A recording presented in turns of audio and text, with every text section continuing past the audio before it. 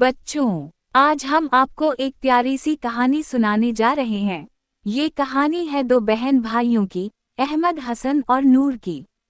तो आओ शुरू करते हैं ये जादू भरा सफर। एक खूबसूरत गांव में अहमद हसन और उसकी बहन नूर रहते थे। दोनों बहुत शरारती थे, लेकिन दिल के बहुत अच्छे थे।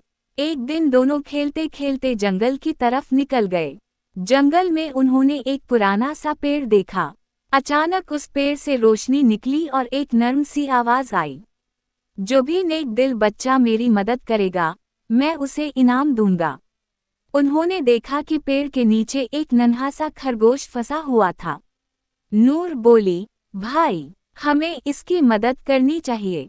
अहमद हसन ने तुरंत झाड़ियां हटाकर खरगोश को आजाद कर दिया। खरगोश खुशी से बोला, शुक्रिया, तुम दोनों बहुत नेक दिल हो। इतने में एक छोटी सी परी सामने आई।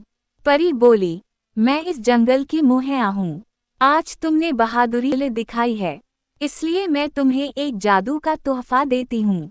परी ने अपनी छड़ी घुमाई और एक सुनहरी किताब उनके सामने रख दी।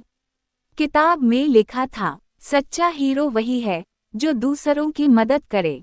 नूर बोली, भाई देखो, असल जादू तो इकदली और बहादुरी में है। अहमद हसन मुस्कुराते हुए बोला, हाँ नूर, हमें हमेशा दूसरों की मदद करनी चाहिए। उसी वक्त गांव के लोग आ गए।